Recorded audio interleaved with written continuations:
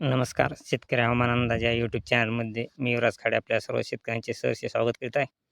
तर शेतकरी मित्र, सध्या आपण 19 जानेवारीपर्यंत हवामान अंदाज पाहणार आहोत.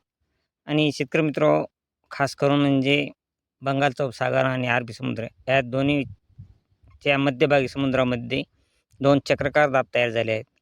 आणि त्या दाबाचा प्रभावामुळे महाराष्ट्रात काय परिस्थिती राहील?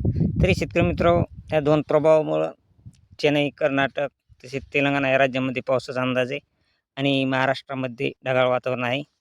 तरी आपण शेतकरी मित्रांनी काय काळजी करायची गरज नाही, की महाराष्ट्रात पाऊस येईल का? तरी शेतकरी मित्रांनो, सध्या तरी 19 जानेवारीपर्यंत पावसाचा कसलाच अंदाज नाही. परंतु परंतु 5 तारखेला ढगाळ वातावरण राहणार आहे. तसेच 6 तारखेपासून वातावरणात परत बदल होत आहे. थोडे ढगाळ वातावरण कमी होईल. 7 तारखेला देखील वातावरण ढगाळ कमीच राहणार आहे. आणि 8 तारखेपासून परत असे ढगाळ वातावरण की चादर पसरल्यासारखे एकदम नॉर्मल ढगाळ वातावरण राहणार आहे. त्यामुळं महाराष्ट्रात जोरदार थंडीला एकदम सुरुवात होणार आहे. तरी शेतकरी मित्र, ही थंडी 7 ते 8 अशी राहणार आहे. आणि ही थंडी जवळजवळ 19 जानेवारीपर्यंत राहण्याची शक्यता आहे. मध्यंतरी 12 आणि 13 तारखेला थोडे परत वातावरण ढगाळ होणार आहे. त्यामुळं थंडी एकदम नॉर्मलशी कमी होईल, परंतु थंडी राहणार आहे. आणि 19 जानेवारीपर्यंत सध्या तरी थंडी आहे जोरदार राहणार आहे.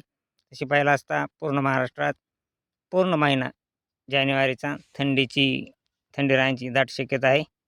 आणि तापमान हे जवळजवळ आणि शेतकरी मित्रांनो, 6 तारखेपासूनच तापमानात खूप घट होणार आहे.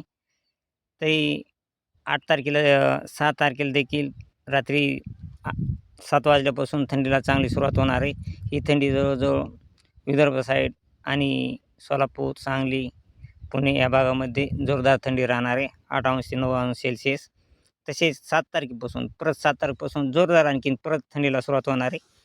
तरी 7 तारखेला सांगली, संभाजीनगर, पुणे, अकोला, अमरावती, नागपूर या भागामध्ये एकदम जोरदार थंडी राहणार आहे. ही थंडी हिवपाळ्यासारखी थंडी राहणार आहे. आणि ही थंडी जवळजवळ 19 तारखेपर्यंत राहणार आहे. आणि थंडीत रोजची रोज वाढ होत राहणार आहे. तरी शेतकरी मित्रांनो, 8 तारखेला परत जोरदार थंडी राहणार आहे. 8 तारखेला जवळजवळ पूर्ण महाराष्ट्र गारठणार आहे. कारण 8 तारखेला 8 ते 5 आसपास तापमान महाराष्ट्रात राहणार आहे. बऱ्याच जिल्ह्यामध्ये जवळजवळ पूर्ण जिल्ह्यामध्ये राहण्याची शक्यता आहे. काही भागामध्ये 7 तापमान राहील.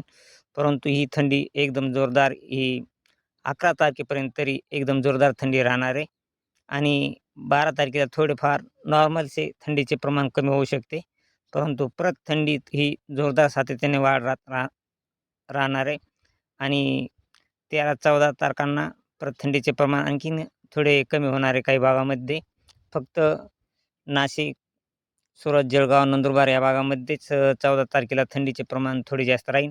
आणि इतर जिल्ह्यामध्ये परत थंडी थोडीफार कमी होणार आहे. ती थंडी जवळजवळ 14 आणि 15 तारखेला कमी राहणार आहे. आणि परत 16 तारखेपासून म्हणजे 15 तारखेलाच रात्री परत थंडीमध्ये परत आणखीन जोरदार वाढ राहणार आहे. आणि ही थंडी नाशिक, अकोला या भागामध्ये हिवपाळ्यासारखी थंडी पडणार आहे. तसेच संभाजीनगर या भागामध्ये देखील एकदम जोरदार थंडी राहणार आहे. तरी शेतकरी मित्र, अशीच रोजची रोज ताजी अपडेट पाहण्यासाठी आपल्या चॅनलला सबस्क्राईब आणि लाईक करा. जय हिंद, जय महाराष्ट्र, जय जवान, जय किसान.